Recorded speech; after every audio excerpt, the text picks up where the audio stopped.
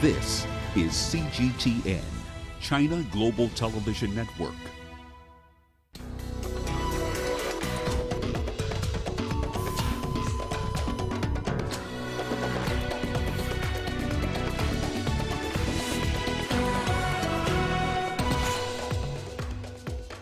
Children among 22 killed in attack on Cameroon village.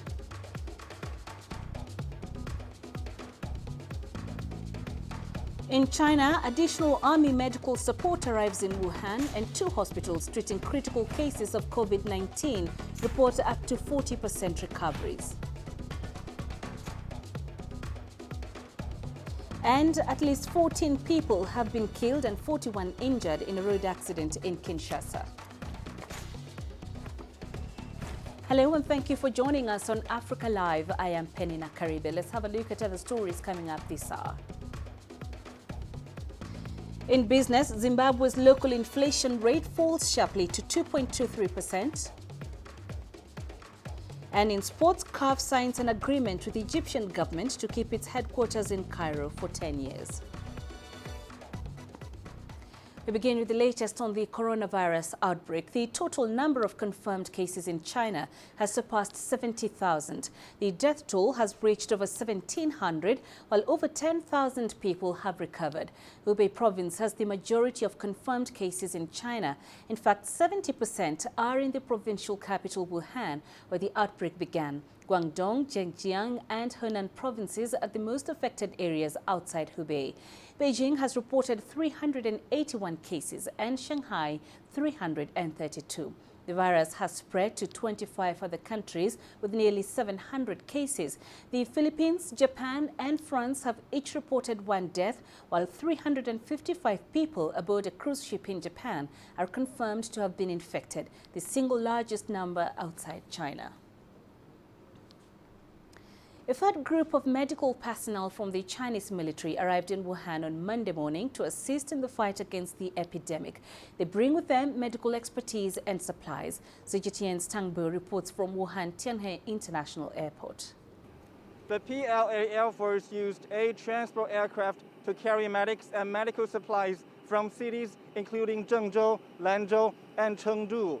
They have just landed at Wuhan Tianhe International Airport. The People's Liberation Army conducted another massive transport operation on Monday, sending 1,200 military medics and medical supplies to Wuhan. The Army's Air Force dispatched 8 transport aircrafts, including 5 domestically developed Y-20 transport aircrafts. They landed at the airport at around 9 in the morning. We have well prepared the journey after we received the order and instruction. We want all medics to have a safe and comfortable flight. Together with those who arrived by train also on Monday morning, the medics will be working at both designated and makeshift hospitals. Tang Bu, CGTN, Wuhan, Hubei Province. A team of international experts with the World Health Organization is in China to help contain the coronavirus epidemic. On Monday, the team began an inspection covering Beijing and the provinces of Guangdong and Sichuan. On Sunday, they met with Chinese officials to discuss the current containment efforts. The National Health Commission explained the actions China is taking and said there are signs that things are stabilizing. The 2 sides also discussed prevention and control in communities and rural areas, the trade in wildlife and the development of drugs and vaccines. China's National People's Congress may postpone its annual session because of the coronavirus epidemic. The NPC Standing Committee is expected to decide on the issue when it meets next Monday. The annual lawmaking session usually takes place early in March, with nearly 3,000 delegates coming to Beijing from around the country. Next week's Standing Committee meeting is also expected to review a draft decision on banning wildlife trade and eliminating the consumption of wild animals.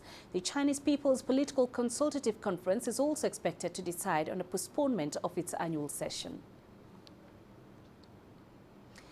9 million people are reportedly still in the city of Wuhan, which has been under lockdown for a month. Our reporter Shuxin Chen visited a family to see how they're doing. A typical scene in parks and public squares across China elderly people swaying to the tunes of the latest pop music. But no longer, thanks or no thanks to the COVID-19 virus, many have taken their favorite pastime indoors, such as Tian Wenbo and Chen Lianying, both in their 70s. 感觉蛮悲，我现在总是到处跑的，都快那么晚了，跳舞东西，再不敢去现在。 The virus has also forced many communities in Wuhan to undertake strict measures. 再后来的话呢，越来越严重，控制到防控的越来越严越紧，这个小区就不能够随便出入，这外面也不能进来。 The elderly couple who said they've become accustomed to their new lifestyle has a grandson who's gearing up for the summer Gaokao, or the Chinese university entrance exam. Tian Yihan is now taking online classes. 之前没网课的时候就特别无聊啊。那每天做什么呢？每天就跟爷爷下一下象棋，然后有时候就躺在床上睡一下觉。一天能睡多少？一天睡个10几个小时没问题啊。Yihan is staying with his grandparents as his parents are medical workers fighting against the COVID-19 virus at the front line. His father works at the city's disease control department, while his mother is a nurse who joined the battle against the virus after the Spring Festival. 我不打你了啊！再见，再见，再见。然后我妈妈呢，她是2月1号。 他特别沉重的跟我说：“他说，儿子，妈妈可能要去一线了。”当时我就特别支持他。当时我没有哭，我没有说你不能去，你不能去，因为我知道他决定的事情我改变不了。如果我再说让他不要去的话，我是给他一个负担。 所以我就一直很支持他。The online classes are the last resort for students like Yihan to make sure that they are able to keep up with their schoolwork. Yihan said he'd definitely try his best. 主要是在家自觉吧，反正这一点特别重要。因为今天我跟我同学们聊天嘛，聊到我父母，他们都夸我爸妈非常棒，然后他们是我的骄傲。 然后我就想，今年6月份我要成为他们的骄傲。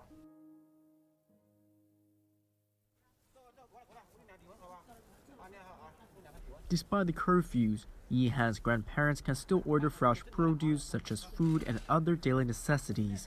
However, they'd have to take a temperature check when they pick up their deliveries at the gate.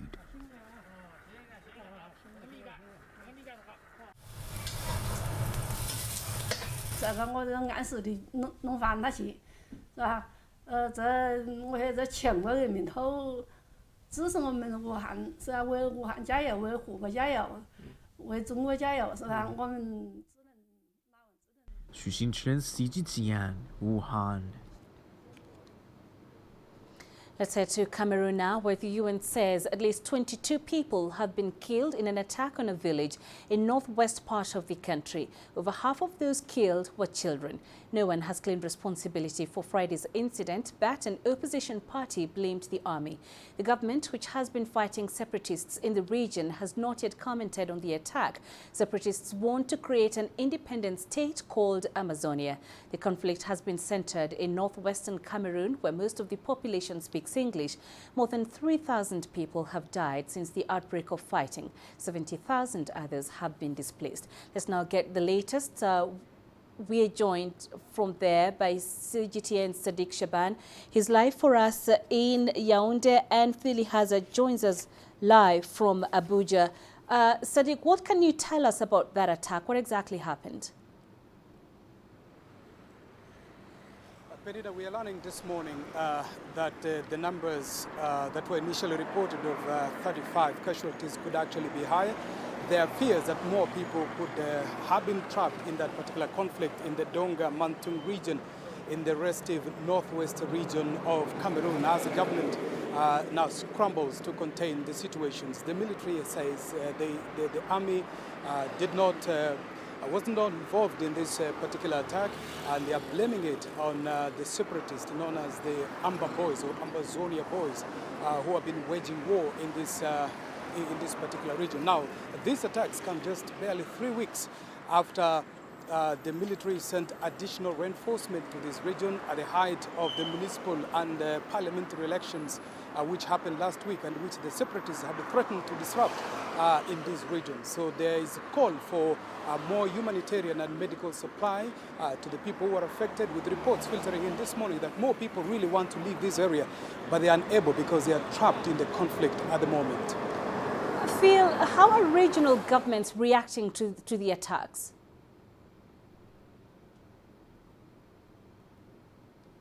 Oh, thank you, Peninah. So far, there's been no official statement by the government as regards this attack that claimed the lives of at least 22 people in the northwestern part of Cameroon. But we know that it's all been blame game between various factions, the opposition parties towards the government here. For example, the Movement for the Rebirth of Cameroon is calling the government of Paul Biya as dictatorial, and also saying that this attack was carried out by Cameroon state forces. However, an official of the government, an official of the army, Cameroon army, actually came on Sunday to deny those allegations and called it false. You recall that this uprising started since 2017 when protesters were clamped down by the government, and since then there's been records of violence in that region. All right, Sadiq, how about Cameroonians' government response to that attack? Do we know, have we had anything from the government so far? Peninah, there has been little information coming in from the government, with sources keeping mum over this latest attack, choosing to focus on trying to salvage the situation, if you will, on the ground. But just last week, the president of Cameroon, Paul Biya, in a televised address to the nation, had called on the people of this country to rise up against what he called separatists and attempts to divide this country, calling on everybody, teachers, soldiers, military, and ordinary people, to make sure that this country remains in one piece, calling, in fact, on people to volunteer information that would defeat what he called the separatists. So at this point, the government is keeping mum, but we know the chief of the defense forces has denied that the army was involved in this particular attack. But we are waiting to hear, probably later in the day, about what the government will say, and particularly if there will be any assistance that will be offered to those who want to either flee the area or those who want assistance in order to recover from this particular atrocity. All right, so the army has denied being involved in that attack. Are there any indications as to who then could be responsible? Peninah, as you understand, the restive regions of the southwest and northwest of Cameroon has been in conflict with the Cameroonian forces for the last 3 years as they fight for what they call independence of the English-speaking region. So there is little movement into from the central littoral to the northwest regions, with reports indicating, in fact, that in some areas the separatists have completely cut off transportation and communications from this area. So it's very, at this point in time, still the information is still very scanty, and separatists have not spoken, and the government also are choosing to keep quiet about this. So people, particularly in the central region here in Yaoundé and Douala, just waking up to this attack, and wondering, of course, just looking forward to what the authorities will say as they now move to take charge of the situation. All right, Sadiq Shaban in Yaoundé, Cameroon, and Philly has live for us in Abuja, Nigeria. Thank you both for joining us. You're watching Africa Live. We're taking a quick break. Coming up. South Sudan rebels reject President Salva Kiir's peace compromise. And at least 14 people have been killed, 41 injured in a road accident in Kinshasa.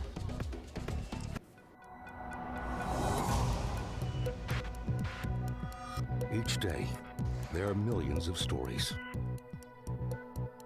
Each one can open new perspectives, new possibilities. Wherever you look, we are there to see, discover, explore. We put the pieces together to find what really matters to you, all around the world, all around the clock. Our reporters are at home across the globe. From our headquarters in Beijing and production centers in Washington, Nairobi, and London. China Global Television Network.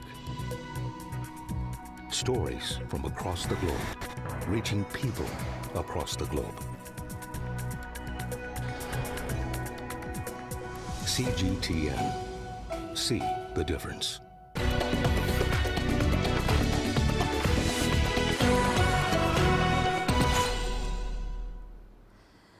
Right now, South Sudanese rebels have rejected a government offer to return to a 10-state system, dashing hopes of ending a 6-year conflict. President Salva Kiir's move to cut down the current 32 regional states was in efforts to pave the way for a unity government.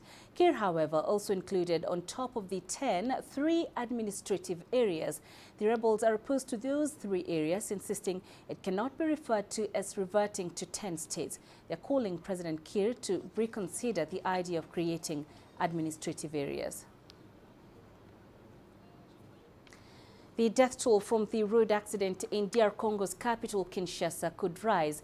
That's according to an official at the hospital treating accident victims. At least 14 people were killed and 30 others wounded after a truck rammed into several cars on Sunday. Sunday's accident happened on a busy crossroad in the Congolese capital of Kinshasa. The crossroad links 3 districts, Lemba, Ngaba, and Mont Ngafula. I was just here and saw everything. This Benz truck was coming really fast and the driver even flashed his headlights to signal others to move out of the way. I think he must have had a problem with his brakes, but the other vehicles didn't understand what he meant. He hit the first car a bit further down and then hit people who were passing by and rammed these 4 cars that you see over there. We pulled out a lot of dead people. Young children were among the dead, according to hospital officials. The cause of the accident is yet to be established. We need to have better control of the road network because there are way too many road accidents. So first of all, I recommend that those in charge of the traffic to do their jobs properly. Secondly, I've just been to the university clinic and we found out that so far there are 14 dead and several wounded. I would like to express my condolences to the families affected, and I would also like to say that the Congolese state will take care of these deaths. Road accidents are common in the DR Congo.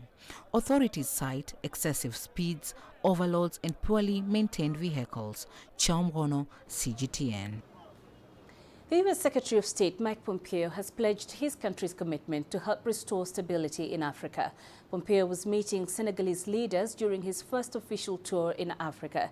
He's next expected in Angola before wrapping his tour in Ethiopia. U.S. Secretary of State Mike Pompeo's visit to Africa is sending mixed signals, according to critics.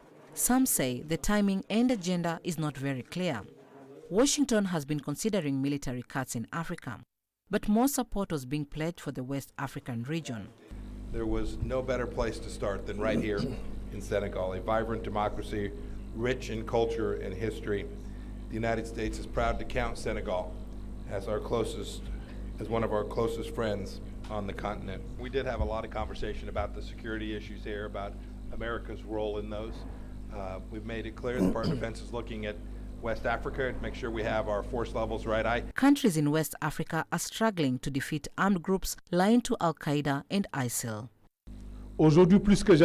It is important that Africa comes to the front line. It is extremely important for us. We have enough people. We are certainly missing information. We are certainly lacking equipment. Today more than ever, Africa is facing major challenges linked to security and terrorism and needs the United States of America, which is a strategic ally, for the return of peace and stability. Pompeo's final stop in Africa will be Ethiopia. Chomgono, CGTN. Let's take you back to South Sudan, where rebels have rejected a government offer to return to a 10-state system, dashing hopes of ending a 6-year conflict. Let's get more details from Patrick Oyet. He's live for us from Juba. Patrick, why did Riek Machar reject this peace offering by the government? Yes, you know, Riek Machar is that Well, I'm afraid we've lost Patrick's signal. We shall try and reconnect with him. Let's move on now to Libya. As the Munich Security Conference concluded over the weekend in Germany, members of the Libya International Committee met for talks. This in efforts to reach a permanent ceasefire in the country. CGTN's Daniela Pearson has more. The Munich Security Conference brought together top government officials to discuss major issues facing the world. Top on the agenda was the ongoing conflict in Libya.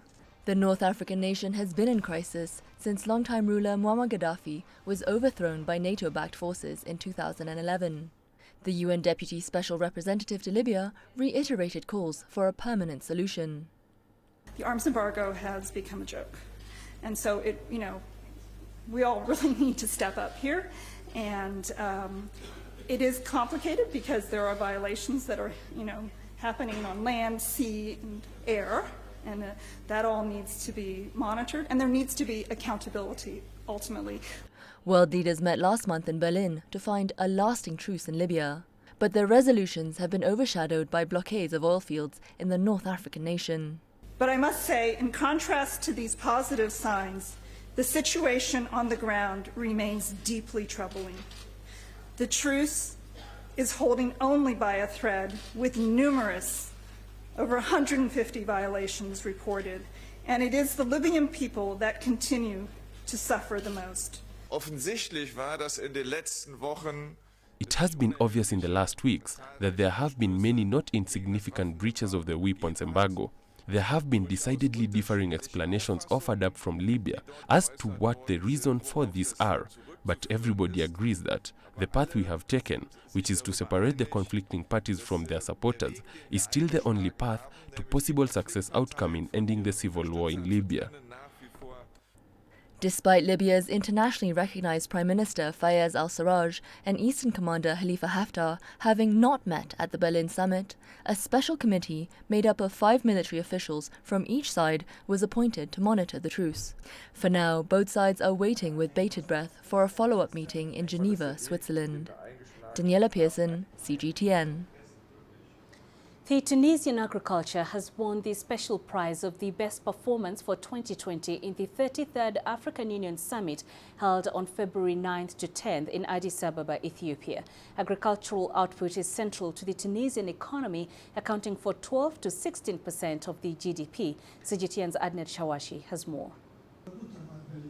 The prize was awarded to countries which have been able to implement the Malabo Declaration on the accelerated agricultural growth and transformation for shared prosperity and improved livelihoods in Africa.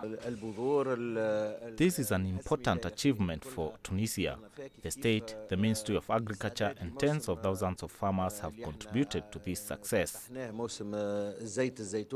Launched in 2014 at the end of the 23rd Ordinary Session of the Arab-African Summit in Equatorial Guinea, the Malabo Declaration calls for increase in investment in agriculture throughout the African continent. Increasing investment will boost research, productivity and quality. In addition, it will create thousands of new jobs in this vital sector.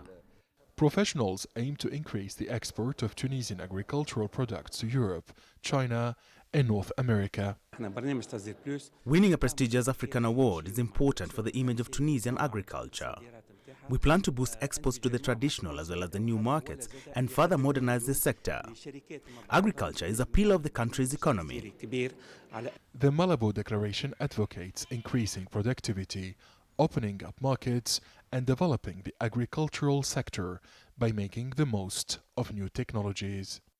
Tunisia seeks to mobilize public and private investments, lift restrictions on African products so as to boost agricultural development in the continent and achieve food security. Adnan Shawashi, CGTN, Tunis. Coming up in business news. Zimbabwe's local inflation rate falls sharply to 2.23%. And Nigeria gets $1 million boost for a gas power plant in Abuja.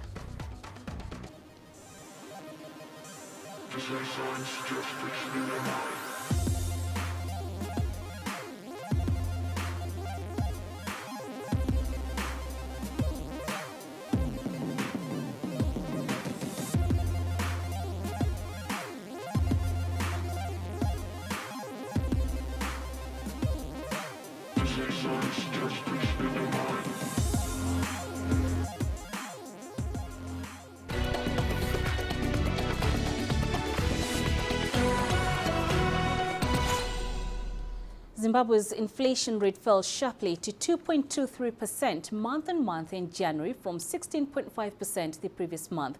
Statistics agency Zimstat says this was driven down by smaller increases in the price of food and non-alcoholic drinks. The data is consistent with Finance Minister's projection that the inflation would fall in 2020. The minister added that the economy will bank match on rainfalls which have a direct impact on energy and agriculture sectors.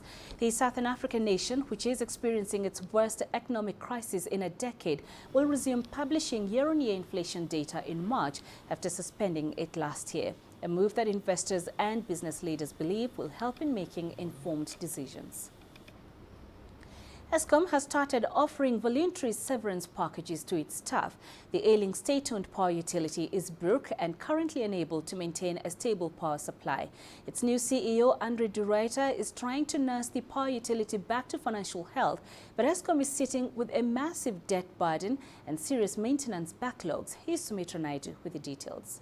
Eskom is South Africa's biggest liability now. This is just some of the traffic chaos that ensues when there's load shedding. There's also a direct impact on a business. But Eskom is also a critically important asset for stability and growth. It's going to take time to fix the ailing utility. Letting go of some staff is a first step. The process is to offer voluntary separation packages to managerial employees, anyone and everyone who is at a level where they are a manager. Non-bargaining employees can apply to leave the company. Of course, management will have the discretion to accept or decline an application, and that's what the process is. Totally voluntary, no forced job losses will occur. $28 million has been set aside for the separation packages. Those employees that agreed to take the package will leave by April this year. Eskom will recoup the 400 million rands that it has put to this process within a year of the process closing, and the intention really is to make the company better, more efficient, lean structures, also looking at the best interests of the company going into the future. So management will look at all the applicants critically and decide whether their skills are critical or not to the operation, and whether the operation can afford to lose such people. Eskom has a bloated workforce of over 46,000 employees. Many believe this move was long overdue. It's a pinch in one financial year of 400 million rand that, if done well and they're able to pay out these severance packages, they will able to have a relief of a over 50% bloated wage bill in their income statement going forward. So it would reduce their costs in that respect, and it would help stabilize their financials post this period. So there are those considerations and there are those possible scenarios that can be at play. While the process is completely voluntary, senior employees over 60 have been urged to consider the package. Sumitra Naidu, CGTN, Johannesburg, South Africa. Nigeria has received more than $1 million from the United States Trade and Development Agency to set up a gas power plant in Abuja. Africa's largest crude oil producer is looking to stop decades of gas flaring and to make far better use of its huge gas reserves to close its enormous electricity deficit. Here's CGTN's Philly Haza with the details. Gas flaring in Nigeria has been occurring since the country discovered crude oil in 1956. The practice of burning off excess gas during oil production is widespread, but is often wasteful and environmentally harmful. Despite Nigeria's abundance of oil reserves, the government is yet to fully maximize its gas, which is a byproduct of crude oil.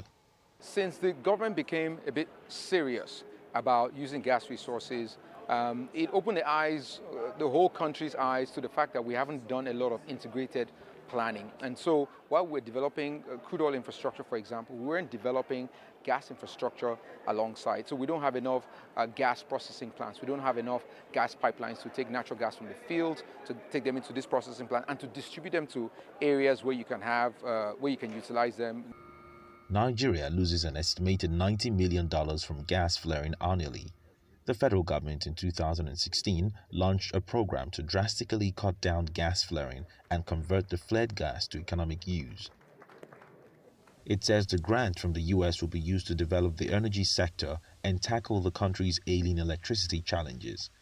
Experts say this is a move in the right direction. So in addition to revenues for government coffers, gas is really significant for development.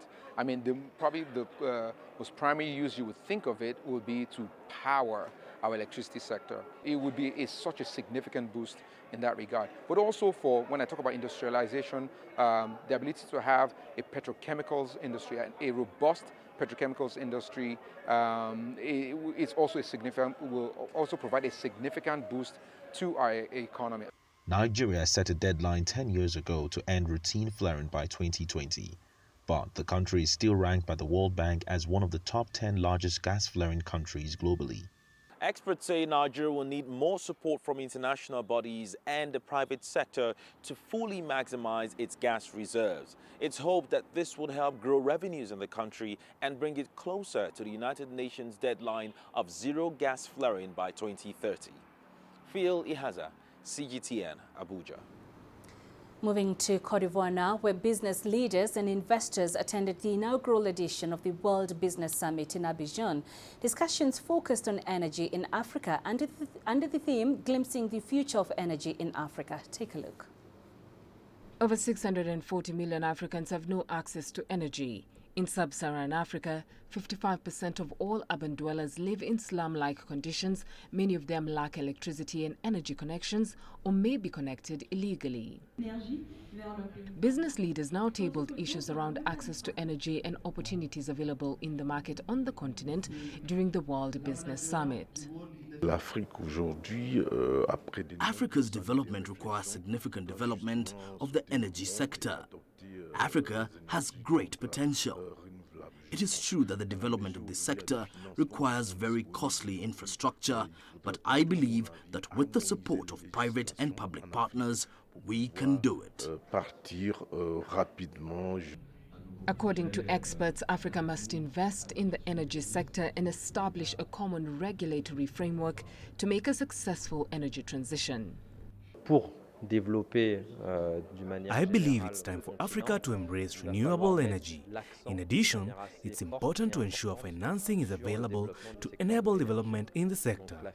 However, in order to make a successful transition, I believe that legislation in this sector should be harmonized in Africa.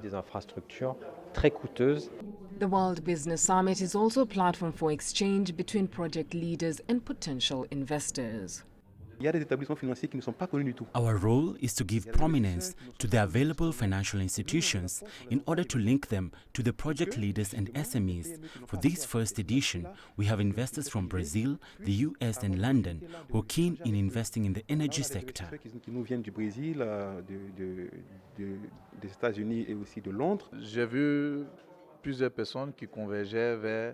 I've met several people here who work in the renewable energy and biofuel production field like me.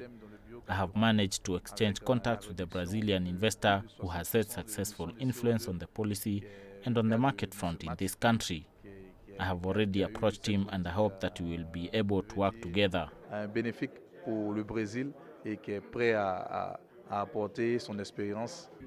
Africa's energy consumption rate of 40% is one of the lowest in the world. To reverse the trend, the interconnection between African countries and regions and the development of solutions adapted to the African context are some of the recommendations resulting from the first edition of the World Business Summit. Beryl Oro, CGTN. Iranian President Hassan Rouhani says his country will never be forced into talks with the United States, adding that Iran's contributions are critical in establishing peace and security in the region. Rouhani said Iran would only return to the negotiating table with Washington if the U.S. rejoined a 2015 international nuclear deal and reduced economic sanctions. The two sides came close to a military conflict last month after the U.S. killed Iran's most prominent military commander, Qasem Soleimani. Trump has adopted a policy of maximum pressure to force Tehran to negotiate a broader deal that further curbs Iran's nuclear work and ends its missile program.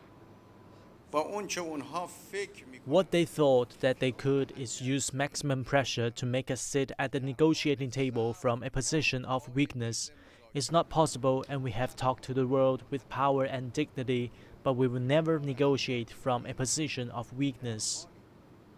The UN Human Rights Council has released a report naming companies with ties to Israeli settlements in the Palestinian West Bank. The move sparked criticism from the US and Israel. Palestinians, on the other hand, have welcomed the blacklist perceived as a leverage tool against Israel's occupation of their land. CGTN Stephanie Fried has the following report. Airbnb, Expedia.com, Motorola, TripAdvisor, all international companies listed by the UN Human Rights Council as doing business with Israel's settlements. Given the well-established illegal nature of the settlements in the occupied Palestinian territory and their impact on the daily lives and the human rights of the Palestinian people on whose land the settlements have been built and continue to be built. Bold step forward. Israel and the United States rejected the list. The UN Human Rights Council resolution to mark companies in Israel is worthless. They are marked. Whoever boycotts us are boycotted themselves. The list doesn't carry legal ramifications, but companies doing business with the listed interests could face fines and penalties under international laws. As Israeli and Palestinian leaders move farther away from the peace negotiation table, boycott is perceived as a remaining vestige of leverage on the Palestinian side. As Israel is drunk with power on top of the world, with Trump's support and the far-right support in Europe and so on, it's losing the liberal mainstream. Airbnb representatives declined comment on the UN publication. 112 companies. The publication's timing, 2 weeks after Donald Trump's peace plan reveal for the sides, is also a point of contention for Israel's leaders, who retaliated by severing all ties with the UN body. Trump's plan was dismissed by 94% of Palestinians, who view it as asymmetrical and an obstacle to lasting peace. EU foreign ministers meet on Monday to decide whether or not to dismiss that plan. Israel's government is urging those ministers against any formal rejection, saying it could encourage Palestinian negotiators to stay away from future talks. Stephanie Fried, CGTN, in the occupied West Bank. This morning, CGTN Africa anchor Beatrice Marshall spoke to Kenya's national broadcaster, which has the widest reach in the country, about China's efforts to control the coronavirus outbreak and the role the media should play in enabling public outreach measures to dispel any misinformation. During the one-hour program of KBC Radio, Marshall explained the basics, including what coronavirus is and how it is spread. Critics have hit the Chinese government for not being open in terms of sharing information, more so on the rate of infection and deaths. Marshall refuted the claim, saying China has from the start acted in an open and transparent manner in releasing relevant information to the world and seeking international cooperation to prevent the spread of the epidemic worldwide.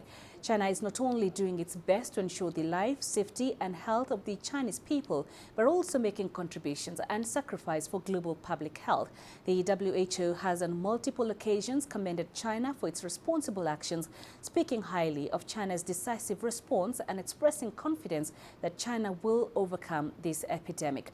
Marshall urged the media to play a more constructive role in the fight against the epidemic. I'll start off by saying, first of all, we have to realize that we are in this together. The world is now a global village. This is not just a virus for China, in the same way as Ebola was not a virus for Africa.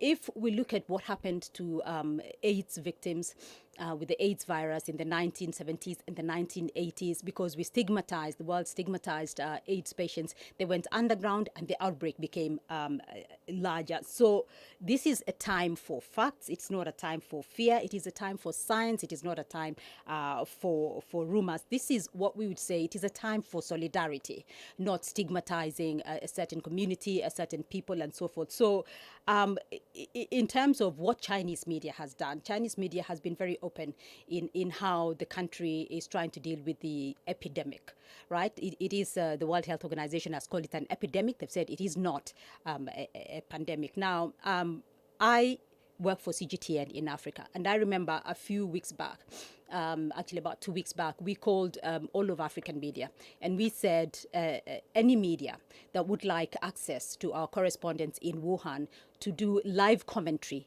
on exactly what is happening in Wuhan, you're very welcome to help us facilitate you so that we in Africa are not the ones giving you the information. You get the information right from the source. So in terms of being open, in terms of being, wanting to come out with the facts, I think Chinese media have done a commendable job by enabling other media, if they so wish, right, to tap into our resources in Wuhan and in other centers that the outbreak has happened, so that people can get up-to-date information. And the link we were providing was a live link, so it wasn't that you get the information from people who are not at the source. Okay. You're watching Africa Live. Coming up after the break, we look at how Chinese films lit up locals in Benin's 2-week festival.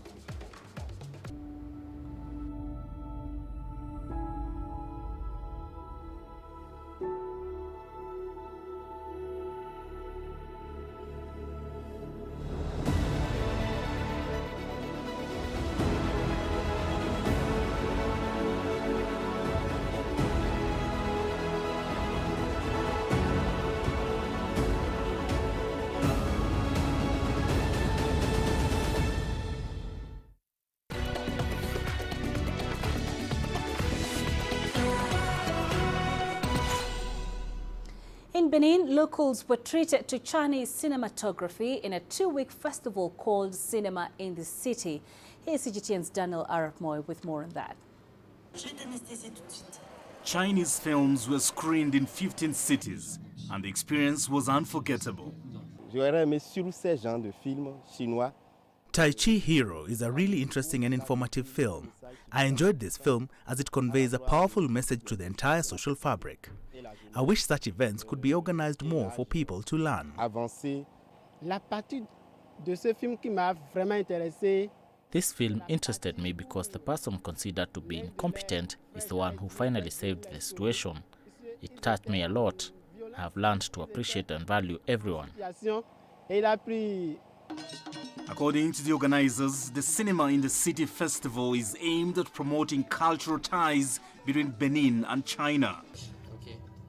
The festival also enabled locals and the locally based Chinese to celebrate the Chinese New Year together. These different activities have been planned to promote Chinese culture in Benin. It also seeks to promote unity among the people of Benin and China. This event, although cinematographic, celebrates the mixing between China and Benin, not only in the field of culture, but also in the field of technical training.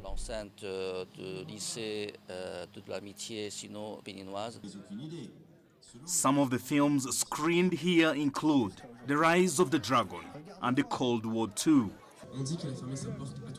Although the curtains have come down on the 2-week event, memories and lessons from the films shall linger as both nations look forward to the next experience.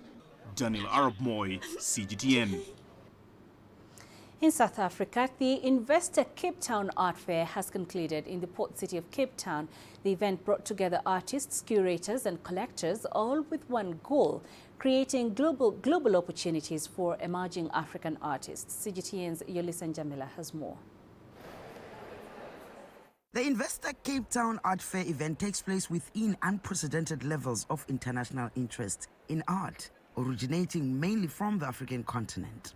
For the art-loving public, the combined experience opens up astonishing new views on the visual arts. This art fair is the only international fair on the continent and is the largest fair in Africa. So it gets more appeal to artists that come from all over the world, not just from South Africa or Africa. It can offer a platform, a very good platform to sell, but also to engage with other artists. It is the largest art fair on the African continent, showcasing cutting-edge contemporary art. The fair provides a platform for galleries, collectors, curators, and artists from around the globe to engage in cultural and economic exchanges. That's now the second time I came to Cape Town, and it was the first time last year. But I looked at after the scenario of African art, and I was so interested in that, and I thought it was the right moment to come here, because there is a power, there is an energy that never in no place in the world it's at the moment this power and this energy. So I feel it's the right place for art and for artists. For years now, the Investec Cape Town Art Fair has been showcasing some of the finest examples of African contemporary art in all its forms with vibrancy and diversity. This event also provides an ideal platform for international buyers who are intent on finding their next masterpiece from the African continent. Investec Art Fair, it's really important just for, I'd say the art world, but for all art practitioners, curators, artists, collectors, gallerists. This is where it's a time where we all come together, and what we do is condensed in like 4 days, and we realize, oh, this is all the hard work I put into my job. This is what it all boils down to, and it reminds you of the work that you do and why you do it. The Investec Cape Town Art Fair is also an experience that accommodates the changing dynamics of the local and international art scene. The Investec Art Fair is an absolute extravaganza for well-established artists and up-and-coming ones. So if you're an art enthusiast, it's absolutely worth a visit. Yolisa Njamela for CGTN in Cape Town, South Africa. Coming up in sports. CAF signs an agreement with the Egyptian government to keep its headquarters in Cairo for 10 years.